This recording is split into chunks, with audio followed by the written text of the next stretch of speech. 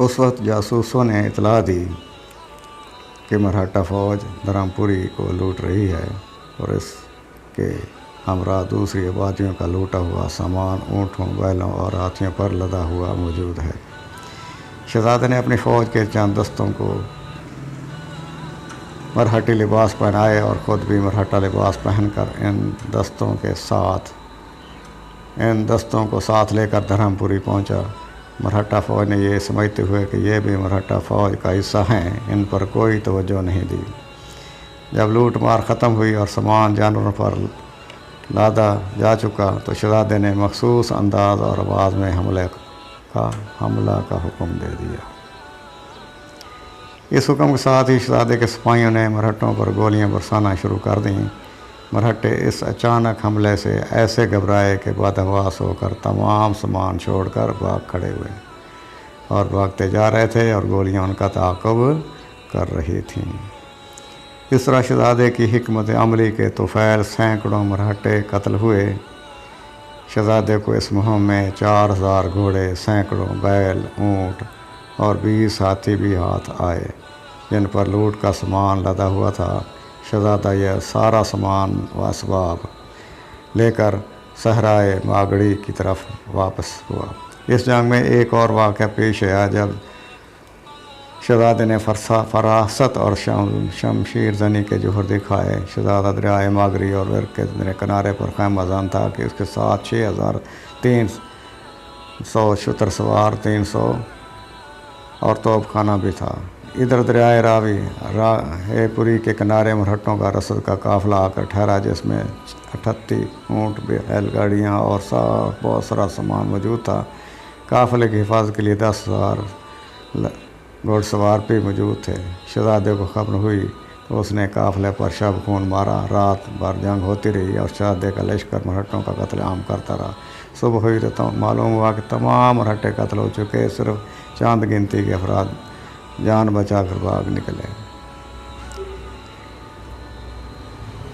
अंग्रेज़ों के साथ इस पहली जंग में मराठे और निज़ाम दक्कन अंग्रेज़ों के हलीफ थे और दोनों ने मैसूर के ख़िलाफ़ जगह जगह महाल खोल रखे थे।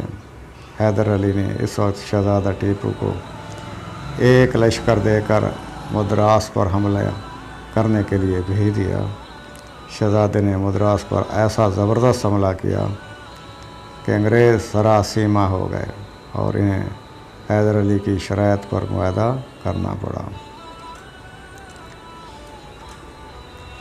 इसी साल नौजवान शहज़ादे ने बहैसियत सिपहसालार के कड़प्पा, करनौल, बलारी, अनागंदी और धारवाड़ पर लश्कर कशी की और इन तमाम मार्कों में नुसरत और फतहमंदी ने उसके कदम चूमे।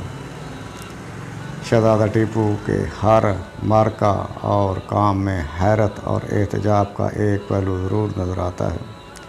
यहाँ तक कि उसकी शादी भी एक हैरत अंगेज़ वाक़या बन गई। जब हैदर अली को लड़ाइयों से कुछ फुर्सत मिली तो उन्होंने शहज़ादा टीपू और ख़ानदान के दूसरे शहज़ादों और शहज़ादियों की शादियों की तरफ तवज्जो दी। दूसरे शहज़ादों और शहज़ादियों के मामला तो खुश असलोबी से तय हो गए, मगर शहज़ादा टीपू की शादी में एक ज़बरदस्त रखना पैदा हो गया।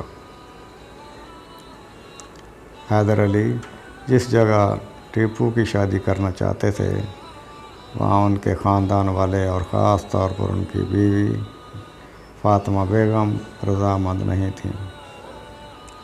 फ़ातिमा बेगम और दीगर ख़वातीन महल ने शहज़ादे के लिए ख़ानदान ही की एक लड़की रुक़ैया बानो बिन्नत लाला मियाँ हमशीरा बुरहानुद्दीन को पसंद कर लिया था, जबकि नवाब बहादुर ने अपनी बहू के लिए इमाम साहब बख्शी नैला की बेटी को मुंतखब किया था। इस मामले पर मियाँ बीवी में सख्त इख्तलाफात पैदा हो गए। आखिरकार इसका हल वालदा हैदर अली ख़ान ने इस तरह निकाला कि किस तरह एक ही रात में शादी की बारात 2 बार झड़ी। एक बार बारात इमाम साहब के घर गई और दूसरी बार बारात लाला मियाँ के दौलत कदे पर पहुंची। दोनों लड़कियों का शादी के साथ अकद हुआ और दुल्हनें ब्याह कर शाही महल में आ गईं। नवाब बहादुर हैदर अली अभी इन शादियों से मुश्किल फारग हुए थे कि उन्हें मरहट्टों निज़ाम दक्कन अंग्रेज़ों से कई जंगों में उलझना पड़ा। इन तमाम जंगों में 9 उमर शहज़ादा टीपू उनके हम रकाब थे। पहले किला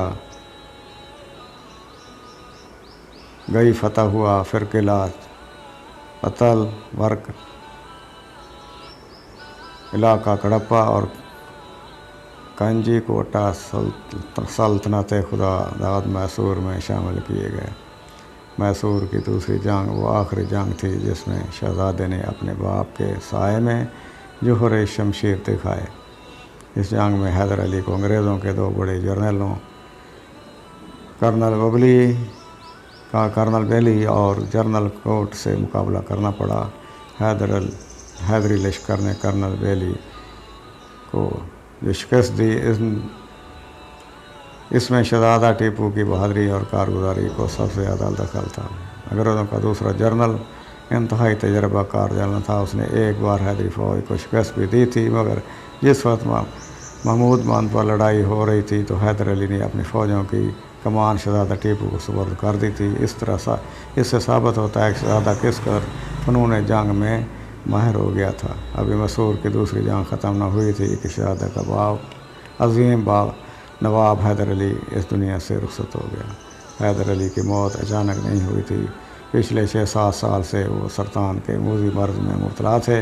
हर साल उनकी पीठ पर एक सरतान का जहरीला फोड़ा निकलता था, जिसका जहर निश्तर जनी के ज़रिए निकाल दिया जाता था और नवाब बहादुर आराम करने के बजाय फिर घोड़े भी कुछ सवार हो जाते थे।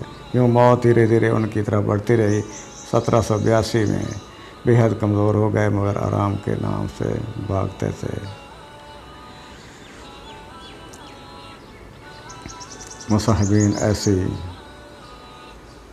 मुसाहिबन कई बार दरखास्तें कर चुके थे और वो रद्द हो चुकी थीं, लेकिन इस बार नवाब बहादुर जान निसारों की बात ना टाल सके और उन्होंने शहज़ादे को लिखा, नूर चश्मे राहत जाने पेदर दरसूरते कि तुम्हें इस नवाह के मकसदों की तादीब से करार वाक़ई इत्मीनान हासिल हो तो चश्मे पिदर को अपने दीदार राहत आसार से जल्द रोशन और मुनव्वर करो, और अगर कुछ कमक या फ़ौज की एहतजाज हो तो इसका हाल गुजारिश करो।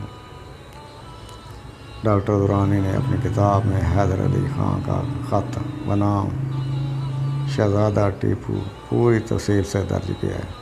इसकी नकल यहाँ पेश करना ज़रूरी है, क्योंकि इस ख़त से यह भी मालूम होता है कि नवाब बहादुर ने इस ख़त के ज़रिए उमरा और मुसाहिबीन के इसरार पर शहज़ादे को तमाम अख्तियारात सौंप दिए थे। अगर तुम इस इलाके की तादीब से मुतमईन हो तो चश्म पिदर को अपने दीदार राहत आसार से रोशन और मुनव्वर करो। इससे पहले पूरे मामलात का जायज़ा लेकर देख लो कि मज़ीद फ़ौज की ज़रूरत है कि नहीं। अगर ज़रूरत हो तो अपनी मदद के लिए और फ़ौज बुला लो। हम तुम्हें अमूर सल्तनत का मुख्तार बनाते हैं, इसलिए एक पल के लिए भी सरकारी कामों में तजाहल और तगाफल न बरतो। जब शहज़ादे को हैदर अली ख़ान का ये ख़त मिला तो वो पाला घाट में अंग्रेज़ों के मुकाबले में खाम ठोके खड़ा था। अंग्रेज़ लश्कर के सरसलार और दुश्मन पाला घाट में काबिज़ था। 20 नवंबर 1782 को शहज़ादे ने अंग्रेज़ों पर इस कदर दबाव डाला कि वो पीछे हटने पर मजबूर हो गए। इस तरह पिस्पा होते हुए वो दरियाए नानी के किनारे पहुंच गए। वहाँ पहुंचकर अंग्रेज़ों ने एक चाल चली और शहज़ादा टीपू की फ़ौजों को घेरे में ले लिया। इस वक्त शहज़ादा टीपू के साथ फ्रांसीसी सरदार मूसीलाल भी था।